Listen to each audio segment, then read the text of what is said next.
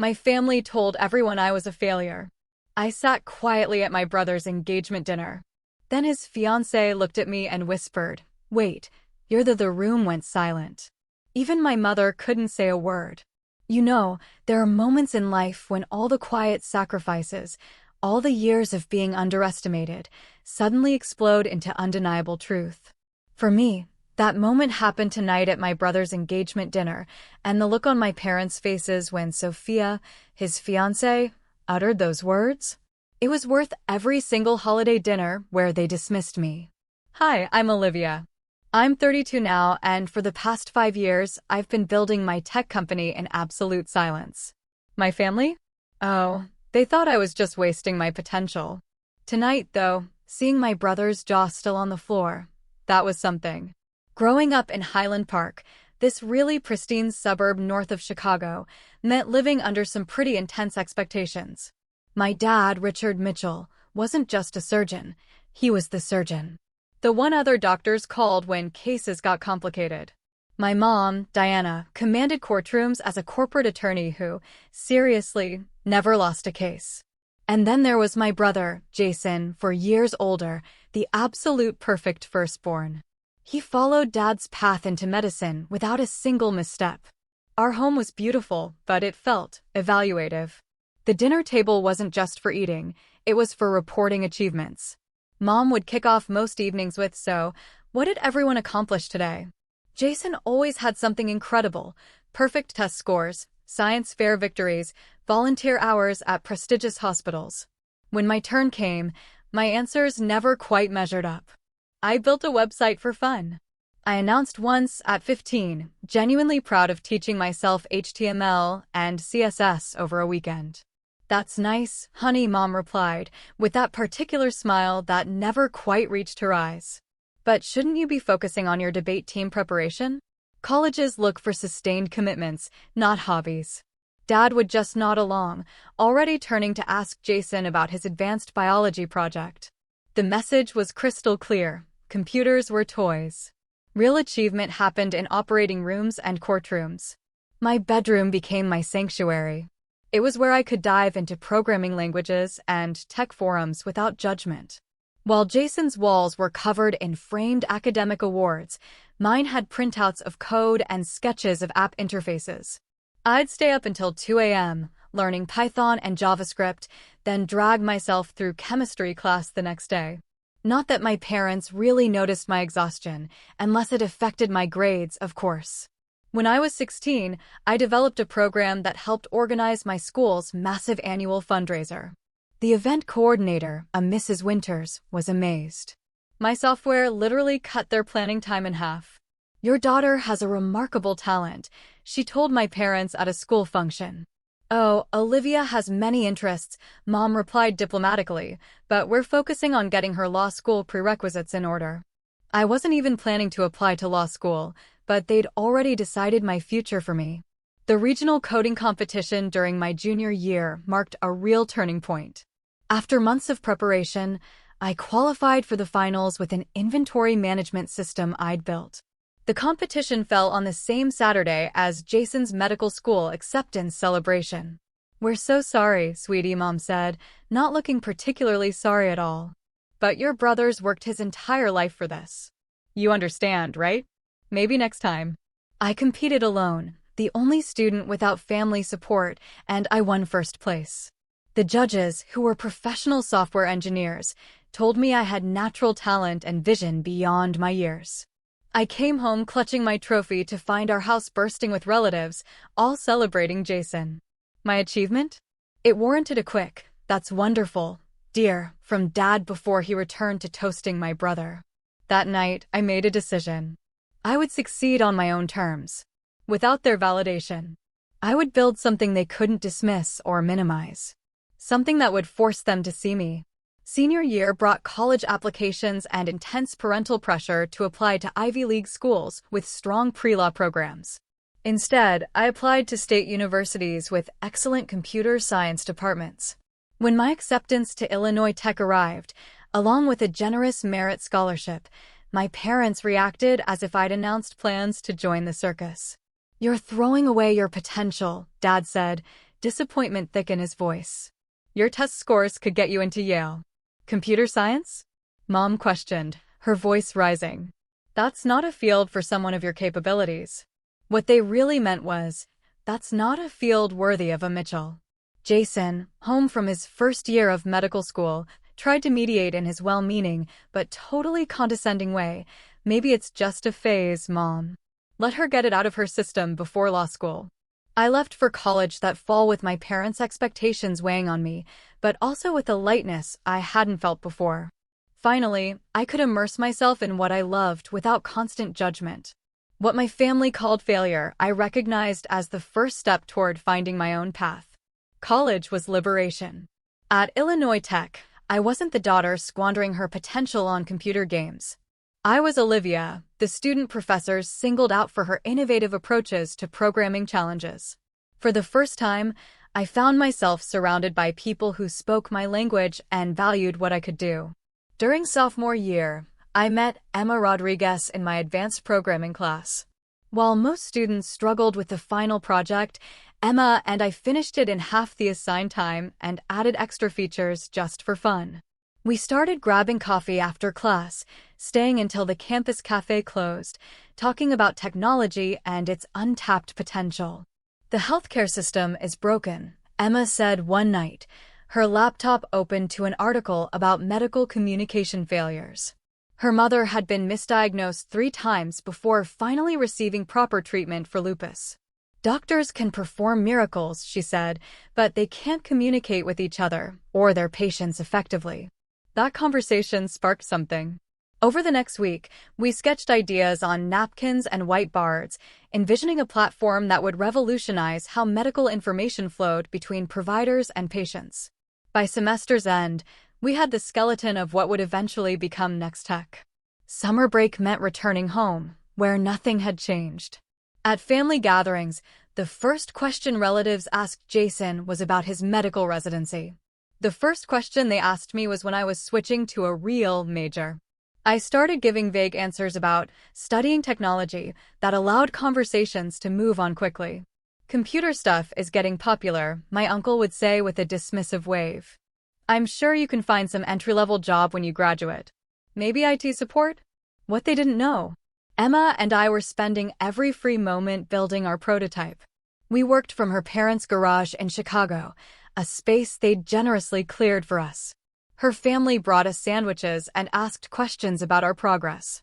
The contrast with my own family couldn't have been starker. By junior year, we had a working beta version. We entered entrepreneurship competitions, winning enough prize money to file patents and incorporate our business.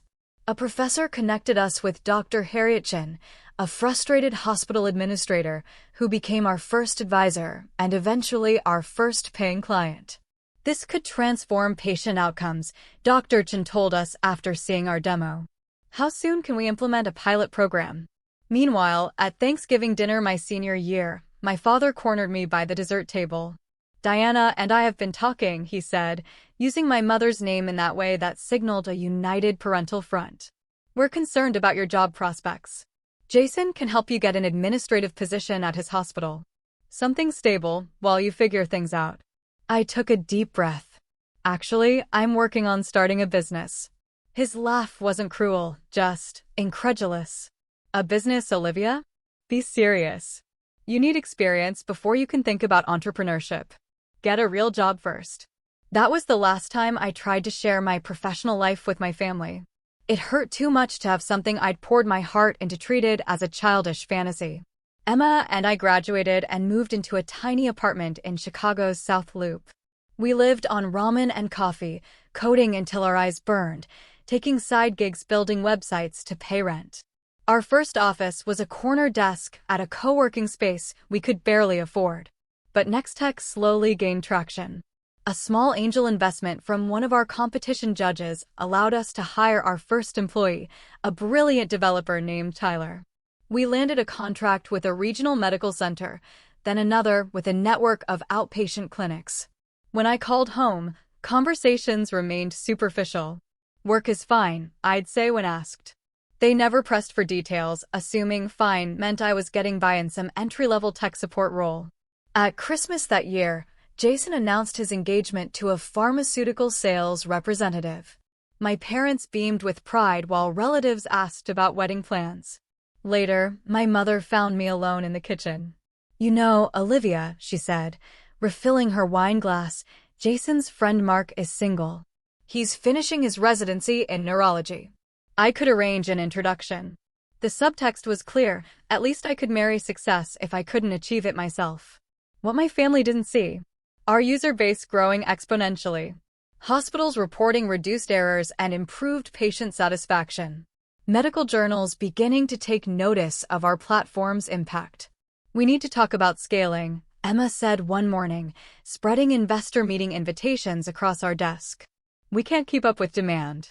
By the time I turned 26, Nextech had 30 employees and had raised $5 million in venture capital. I had moved into a modest but beautiful apartment overlooking Lake Michigan and could afford to pay off my student loans.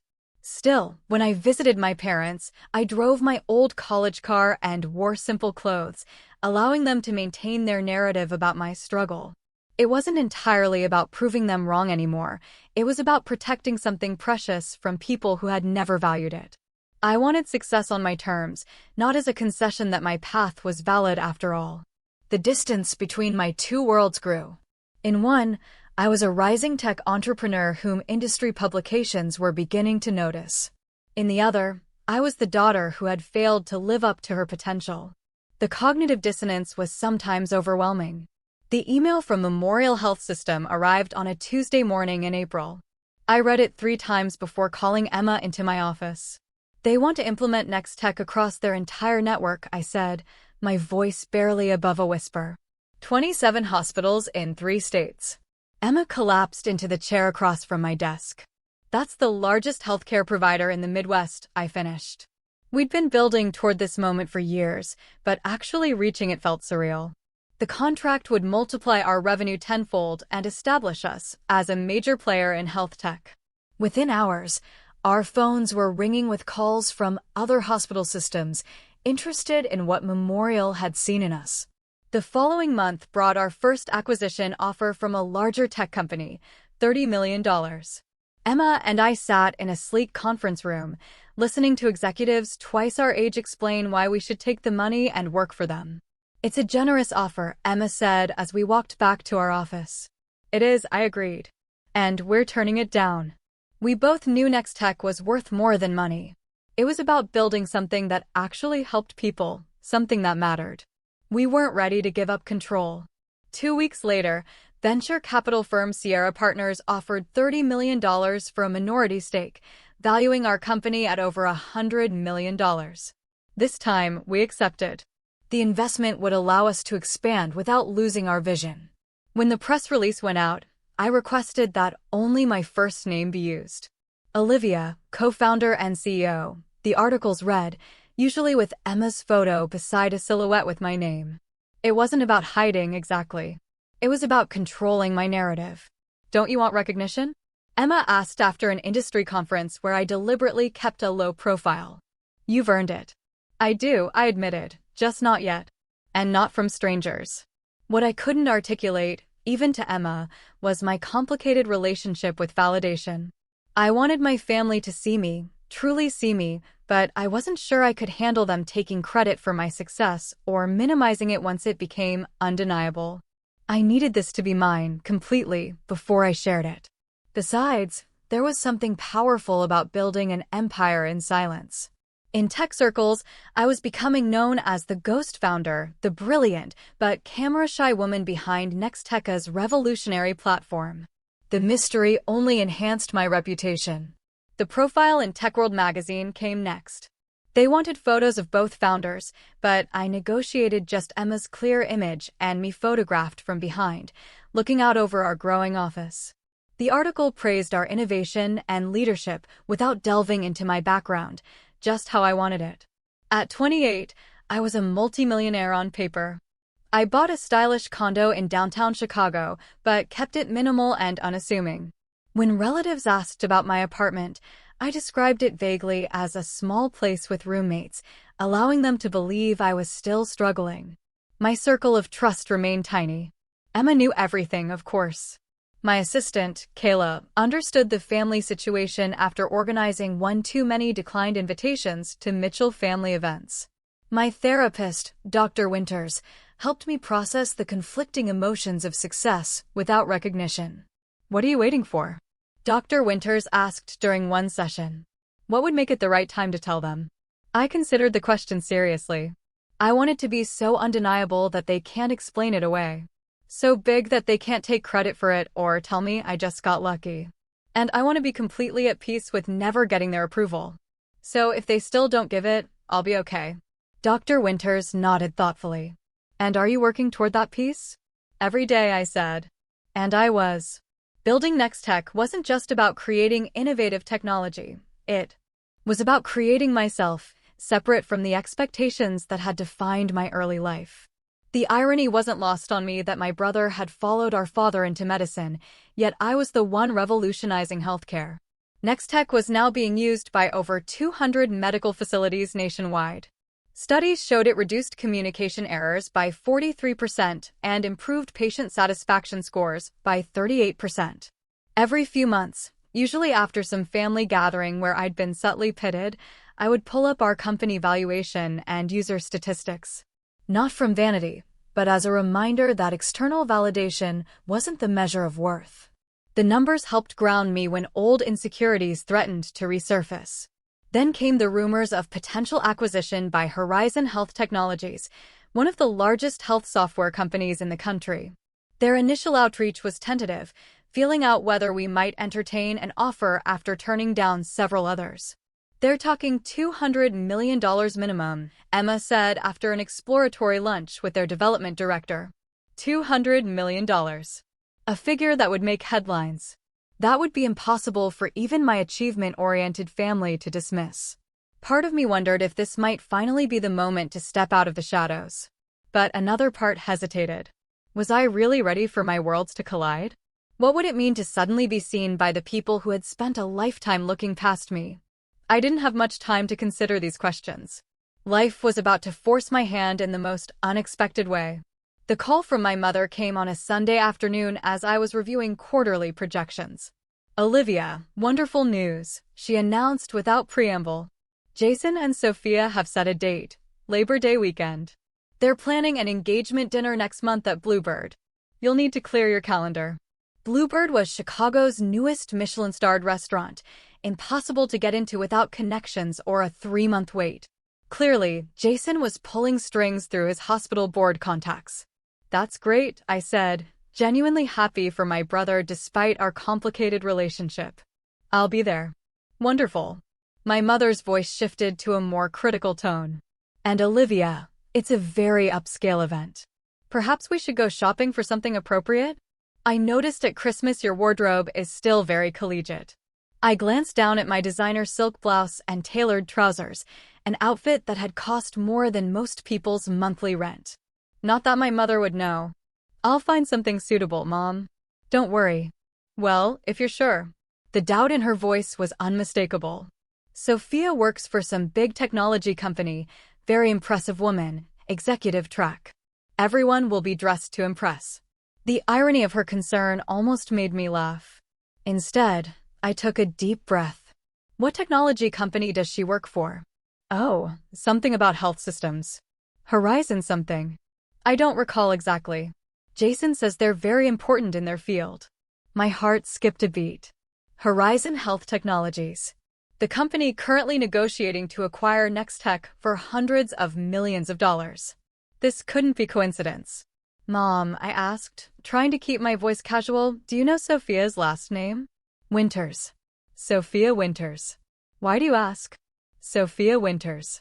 The name wasn't familiar from our acquisition talks, but Horizon was a massive company with thousands of employees. Still, the connection was unsettling. After hanging up, I immediately called Emma. You're not going to believe this, I said, explaining the situation. My brother is engaged to someone from Horizon. That's quite a coincidence, Emma replied carefully. Do you think it will complicate the acquisition? I don't know, but I need to find out who she is before that dinner. A quick LinkedIn search revealed that Sophia Winters was Horizon's Director of Strategic Acquisitions. She would absolutely be involved in the next tech deal, probably leading it. And in a few weeks, we would be sitting across from each other at my brother's engagement dinner, where everyone believed I was an underemployed tech support worker. The universe had a twisted sense of humor.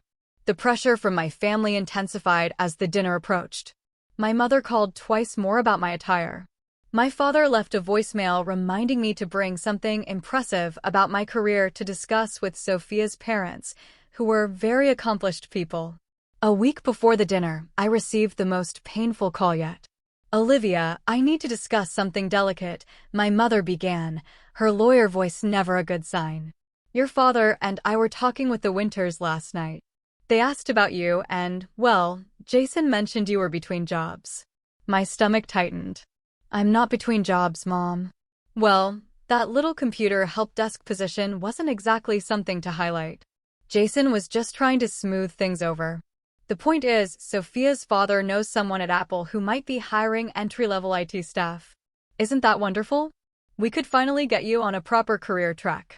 The casual dismissal of my work, the assumption that I needed rescuing, the complete lack of curiosity about what I'd been doing for the past 5 years, it all crashed over me in a wave of frustration. "Mom, I appreciate the thought, but I'm satisfied with my current position." My voice was tight with controlled emotion. "Don't be proud, Olivia. This is a real opportunity. We all have to start somewhere." After hanging up, I called Rachel, my childhood friend who had recently moved back to Chicago. Unlike my family, Rachel had always supported my ambitions, even when she didn't fully understand them. Over the years, she'd become one of the few people who knew the truth about Next Tech. "They set you up for a pity job interview." Rachel's indignation on my behalf was exactly what I needed. While you're in the middle of a $200 million acquisition deal. That's rich, even for your parents. The worst part is the woman my brother is marrying is literally the person negotiating to buy my company, I said, laughing at the absurdity. "And no one in my family has any idea." "So what are you going to do at this dinner?" she asked. "Show up in jeans and a hoodie like they expect? Or arrive in full CEO mode and watch their jaws drop?" I considered the question seriously. "Neither," I said. "I'm just going to be myself. No pretense, no big revelation, no games. Just dignity." Rachel raised her eyebrows. "That's very mature of you." 5 years of therapy will do that," I replied with a small smile. "Besides, I'm done trying to prove anything to them. If they find out, they find out. I'm not going to hide, but I'm not going to perform either." The night before the dinner, Horizon's final acquisition offer arrived, $215 million, with conditions that would keep Emma and me at the company for at least 3 years post-acquisition. We were officially on the verge of becoming centimillionaires. As I selected a simple but elegant black dress for the dinner, I felt strangely calm. Whatever happened tomorrow night, I knew my worth now. No one could take that away from me. Bluebird Restaurant lived up to its reputation. Crystal chandeliers cast a warm glow over blue velvet banquettes and tables set with gleaming silver. A wall of windows overlooked the Chicago River, the city lights reflected in its dark surface.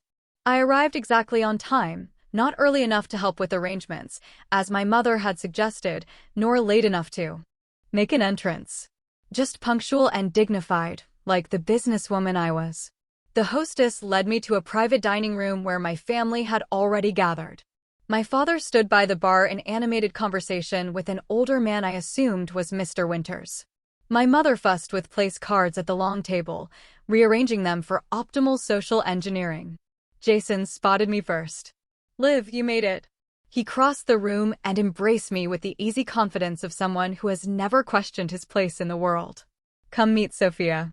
She stood by the window, tall and elegant in a burgundy dress, her dark hair swept into a sophisticated updo. I recognized her immediately from Horizon's executive page, though I'd never seen her in person during our negotiations, which had been handled through intermediaries until this final stage. "Sophia, this is my sister Olivia," Jason said with the slightly apologetic tone he always used when introducing me to his accomplished friends. "It's so nice to finally meet you," Sophia said warmly, extending her hand. "Jason talks about you all the time." I wondered what exactly he said, but smiled and shook her hand. Congratulations on your engagement. I'm happy for you both. My mother appeared at my elbow.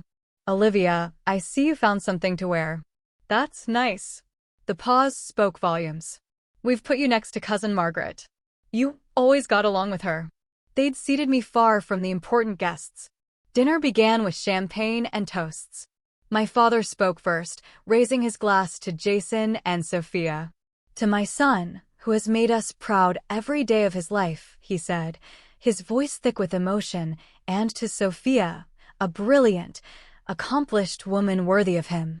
We couldn't ask for a better addition to our family. My mother's toast followed, a carefully crafted speech that highlighted Jason's achievements, from his first science fair victory to his recent promotion to chief resident.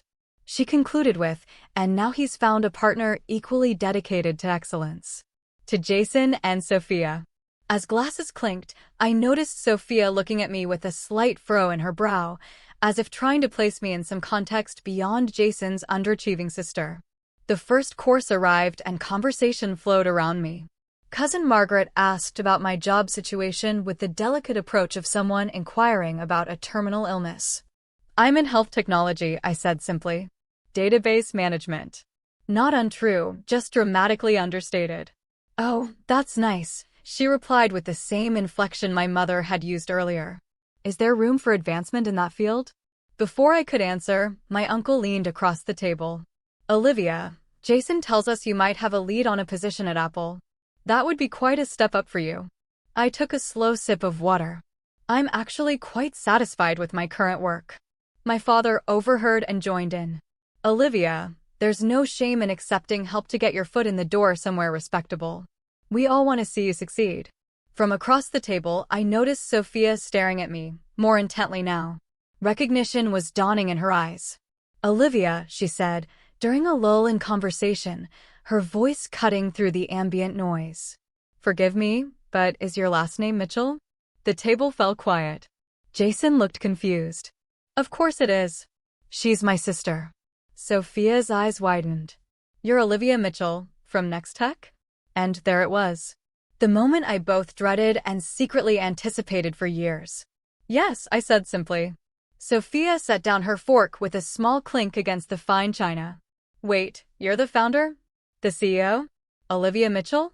The one who, she stopped herself, suddenly aware of the public setting. Jason laughed nervously. Sophia, I think you're confusing Olivia with someone else.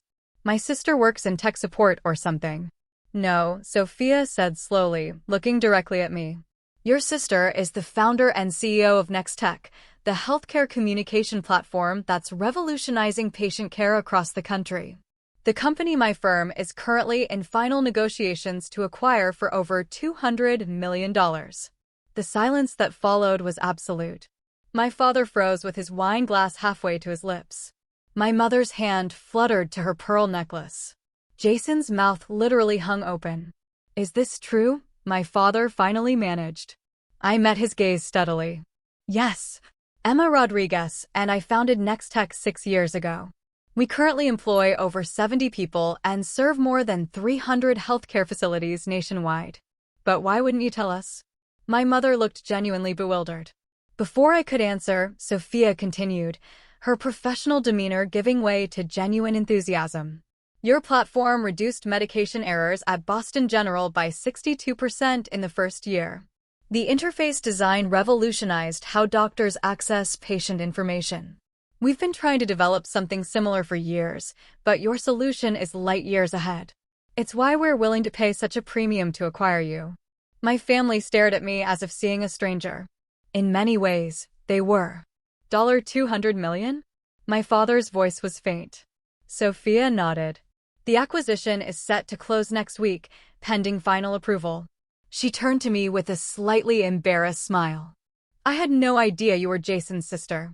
Your company profile just shows Olivia, with no photo, and our teams have been handling the negotiations. I prefer to maintain a low profile, I said, the understatement of the century. The rest of the dinner passed in a blur of shocked questions and awkward revelations. Relatives who had pitted me an hour before now asked for investment advice. My mother mentioned 3 times that she always knew I had a special talent with computers. My father claimed he'd told colleagues about his daughter, the tech entrepreneur, for years. Jason alone remained relatively quiet, processing the fact that his struggling little sister was about to sell her company for a sum that dwarfed his entire expected lifetime earnings as a physician.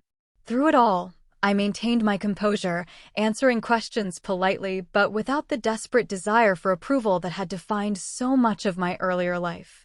The validation I'd once craved now felt hollow in the face of their sudden, opportunistic pride. As the evening wound down, Sophia pulled me aside. "I'm sorry if I created an awkward situation. I was just so surprised." I smiled genuinely. "Don't apologize. It's been a long time coming." "For what it's worth," she added, "your reputation in the industry is extraordinary. People call you the ghost genius. Now I understand why you kept such a low profile." As we said our goodbyes, my mother clutched my arm. "We need to talk soon, Olivia. Properly talk. About everything." I nodded, knowing the conversation was inevitable, but no longer fearing it. "We will." Walking to my car, I felt lighter somehow. The secret I'd carried for years was finally in the open. Whatever came next, I would face it on my own terms, secure in the knowledge of what I had built. The first text arrived before I even got home from the dinner. It was from my mother. "We need to talk. Brunch tomorrow, the Drake Hotel at 11. By morning, my phone was flooded. Relatives suddenly remembered they'd always supported my computer interests. Cousins who hadn't spoken to me in years asked about investment opportunities. Jason sent 3 separate messages, each more confused than the last, culminating in a simple, "Why didn't you tell me?" I replied only to my parents, agreeing to brunch. Some conversations needed to happen in person. The Drake's dining room was elegant and discreet, perfect for the difficult conversation ahead. My parents were already seated when I arrived, both dressed impeccably, as if for an important business meeting rather than family brunch. "Olivia," my father stood awkwardly, oscillating between his usual perfunctory greeting and something more befitting a daughter he just discovered was wildly successful. He settled on an uncomfortable hug. "You look well." My mother was less restrained. "Darling, we have so much to discuss. I've been reading all about Next Tech this morning, the innovation awards, the funding rounds, the user growth statistics. Why would you keep all this from us? We're your family." I took a deep breath. "I think you know why." "I certainly don't," my father replied, his tone defensive. "We've always supported your pursuits." The waiter arrived with coffee, giving me a moment to compose my thoughts. Once he left, I looked directly at my parents. "You never took my interest in technology seriously. Every time I tried to share my work with you, it was dismissed as a hobby, something to get out of my system before finding a real career. After a while, it was easier to stop trying." "That's not fair," my mother protested. "We just wanted what was best for you. The technology field seemed so uncertain. What you wanted was for me to follow a path you understood and approved of," I corrected gently. "When I chose differently, you treated it as failure." My father leaned forward. "We always knew you had potential, Olivia. We were just pushing you to excel." "No," I said firmly. "You were pushing me to conform. There's a difference." "Well, clearly it worked out," he countered. "Look at what you've accomplished. Perhaps our pushing helped motivate you." It was the exact response I'd feared and expected, taking credit for success they'd played no role in, rewriting history to cast themselves as supportive mentors rather than dismissive critics. "Dad, do you remember telling me to get a real job at Thanksgiving 5 years ago? Or suggesting I take an administrative position at Jason's hospital because my own work wasn't viable? Mom, do you remember arranging a pity job interview for me just last week?" My mother had the grace to look embarrassed. "We were concerned about you. You never shared any details about your work. How are we supposed to know? You could have asked." Really asked. With genuine interest, not just waiting for an answer that confirmed what you already believed about me. The conversation continued through Eggs Benedict and mimosas, painful but necessary. My mother vacillated between defensiveness and attempts at reconciliation. My father, true to form, tried to maintain his authority by suggesting he'd always seen my hidden potential. Your brother always spoke highly of your intelligence, my mother offered, as if Jason's approval legitimized me retroactively. I know you both love me, I said finally. But love without respect or understanding isn't enough. I needed you to see me for who I actually was, not who you wanted me to be. We parted with tentative plans to have dinner the following week, a first step toward whatever our relationship might become. It wasn't the cathartic resolution of a movie scene, but real healing rarely is. Jason appeared at my apartment that evening, unannounced. I brought wine, he said awkwardly, holding up an expensive bottle of Cabernet. Figured we might need it. I let him in, somewhat surprised by his initiative. My sleek penthouse with its floor-to-ceiling windows and minimalist design was a far cry from the struggling existence he'd imagined for me. Nice place, he said, looking around. Really nice. Thanks. We settled in my living room, glasses of wine in hand, the Chicago skyline glittering beyond the windows. So, he began. I've been an ass. The blunt admission startled a laugh out of me. Not entirely. No, I have. I bought into this whole narrative about you struggling or being lost or whatever. I never really asked you about your work. Like, actually asked. No, you didn't. He swirled his wine thoughtfully. I think I liked being the successful one. The one who made Mom and Dad proud. It was comfortable. His honesty disarmed me. I'd expected excuses or the same revisionist history our parents had attempted. For what it's worth, he continued, I'm sorry. And I'm really impressed by what you've built. Sophia hasn't stopped talking about your platform. Apparently, you're some kind of genius. I just built something I believed in, I said. Something that actually helps people. Like what I try to do as a doctor. He nodded. Just on a much larger scale, apparently. We talked for hours, really talked, perhaps for the first time as adults. He asked genuine questions about Next Tech, about the challenges of building a company from nothing. I asked about his medical work and found myself actually interested in his answers when they weren't presented as evidence of his superiority. As he was leaving, he paused at the door. Sophia really likes you, you know? She was mortified about outing you at dinner, but she's hoping you two might become friends, especially if you'll be working together after the acquisition. I'd like that, I said, surprised to find I meant it. Over the next few weeks, as the acquisition moved toward completion, my family relationships entered unfamiliar territory. My parents oscillated between genuine attempts to understand my work and reflexive behaviors born from decades of seeing me through a particular lens. There were uncomfortable lunches where my father tried to give me business advice and awkward phone calls where my mother asked if I was eating properly despite my busy CEO schedule. But there were also moments of genuine connection. My father asked to see Nextech's platform and listened attentively as I explained its features. My mother admitted that she'd never really understood technology but was proud of what I'd created. Small steps, but meaningful ones. The most unexpected development was Sophia's role in bridging the gap between my worlds. As both my future sister-in-law and my professional colleague, she had a unique perspective on the Mitchell family dynamics. Your parents are trying, she told me over coffee one afternoon. They just don't have the vocabulary for this version of success. They're learning a new language. A language you seem to speak fluently, I observed. She smiled. I grew up with parents who measured worth by academic degrees and professional titles. It took me years to realize there are many paths to a meaningful life. Maybe I can help translate a bit. And she did, gently educating my family about the tech industry, contextualizing my achievements in terms they could understand, and occasionally giving them a reality check when they slipped into old patterns.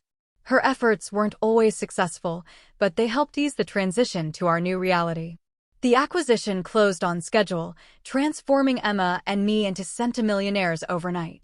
The press release mentioned both our full names and included professional photos. My first public acknowledgement as Nextech's co-founder. The ghost genius was finally stepping into the light. 6 months after my brother's engagement dinner, life had found a new rhythm. The Nextech acquisition had closed successfully, and I now led the innovation division at Horizon Health Technologies. Our platform was being implemented in hospitals across 3 continents, with Emma overseeing international expansion. My office overlooked the Chicago River, its waters reflecting the changing seasons.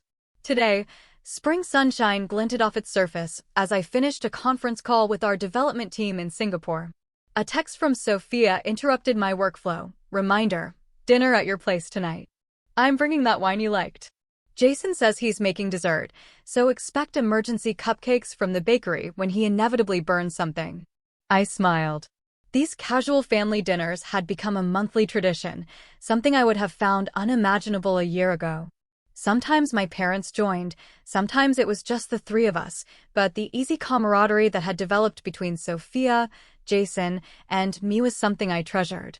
Working with Sophia had accelerated our friendship. Her straightforward approach to business matched my own, and her insights into my family dynamics proved invaluable. She understood my parents in ways I sometimes couldn't, identifying the insecurities beneath their controlling behaviors. "Your dad didn't dismiss your tech career because he thought you'd fail," she observed once. "He dismissed it because he didn't understand it." And Richard Mitchell hates not understanding things. My relationship with Jason had transformed most dramatically. Without the hierarchy of successful doctor and struggling sister, we discovered common ground. Both of us were driven, detail-oriented perfectionists who genuinely wanted to improve healthcare. Now, we traded ideas instead of judgments. My parents were trying. That was the most accurate description. We had established new boundaries, with my mother no longer offering unsolicited advice about my appearance, and my father making visible efforts to ask questions about my work without immediately suggesting improvements. Our weekly Sunday calls were no longer exercises in evasion, but actual conversations, not always easy ones, but real nonetheless. My mother had even visited Nextech's offices, her initial awkwardness giving way to genuine pride as employees greeted me with obvious respect. The healing wasn't just external. The acquisition had given me the freedom to focus on my own well-being in ways I'd neglected during the startup grind. Regular therapy sessions with Dr. Winters helped me process the complicated emotions around my family's sudden recognition. "You spent years protecting yourself from their judgment," she noted during one session. "Now that protection isn't necessary in the same way, but the habits remain. It's okay to let some of those walls down gradually." I'd taken her advice, not just with family, but in building a broader support network. Rachel remained my oldest and most trusted friend, but I'd also connected with other women entrepreneurs through mentoring programs and industry events. The isolation that had characterized my early career had given way to a chosen family of people who understood both my work and my journey. One particular source of joy was mentoring young women in technology. Once a month, I hosted workshops for high school girls interested in STEM fields, sharing not just technical knowledge, but the emotional resilience needed to pursue unconventional paths. "My parents think computer science is just a hobby," one 15-year-old told me, echoing my own experience. "They want me to become a lawyer like my mom." "What do you want?" I asked. "To build things that matter," she replied without hesitation. "Then build them," I said, sharing resources and encouragement. "Find the people who believe in your vision, even if they're not your family. And keep the door open for your parents to understand later." That evening, as I prepared for dinner with Jason and Sophia, I reflected on how far I'd come. The external validation I'd once craved had arrived in abundance: industry recognition, financial success, even family acknowledgement. But I discovered something more valuable along the way: the ability to validate myself. Jason arrived first, bearing both a homemade chocolate cake that looked surprisingly edible and the emergency bakery cupcakes Sophia had predicted. "I hedged my bets," he admitted with a laugh, "but I'm getting better. Only set off the smoke alarm once this time." Sophia arrived with wine and news about their wedding plans. As we gathered around my dining table, the conversation flowed easily, from work to wedding to family gossip. "Mom's actually reading books about technology startups," Jason reported. "I found Tech Founders Under 30 on her nightstand last week." "Better late than never," I said, without bitterness. Later, as we moved to the living room with coffee and dessert, Sophia asked a question that caught me off guard. "Do you ever wish things had been different?" That your family had recognized your potential from the beginning. I considered carefully before answering. Of course, sometimes. It would have been easier, less painful. But I'm not sure I would have built the same resilience or clarity of purpose. I learned to believe in myself when no one else did. That's a powerful foundation. Plus, Jason added with newfound self-awareness, if mom and dad had been fawning over your tech career, I might have grown up even more insufferable than I was. We laughed, the sound floating out over the city lights. The journey wasn't over. Family relationships are never truly fixed, but rather continuously evolving. There would be more difficult conversations, more moments when old patterns threatened to reassert themselves. But something fundamental had shifted. I no longer needed my family to see my worth in order to know it myself. That freedom allowed me to accept their growing appreciation without desperation, to forgive past dismissals without forgetting the lessons they taught me, and to build relationships based on who we were becoming rather than who we had been. Success isn't measured by recognition, but by impact. By that standard, Nextech had succeeded beyond my wildest dreams, improving patient outcomes and healthcare communication for thousands. And I had succeeded in creating a life authentic to my values and vision, regardless of who approved. As for family, the one we're born into and the one we choose, perhaps the greatest lesson was that relationships can transform when we bring our whole authentic selves to them. Not everyone will celebrate your path, but those worth keeping in your life will eventually learn to see you clearly. The next day, as I looked out over the city from my office window, I felt gratitude for the journey, complicated as it had been. The path forward wasn't perfectly clear, but I was walking it on my own terms, creating success by my own definition. And that, more than any acquisition deal or family validation, was the real achievement. If my story resonated with you today, I'd really love to hear about moments when you had to believe in yourself even when others didn't. Share your experience in the comments below. And if you know someone who needs to hear this message of self-belief, please consider sharing this video with them. Thank you for listening to my journey. Remember, true success isn't about proving others wrong, but about proving yourself right.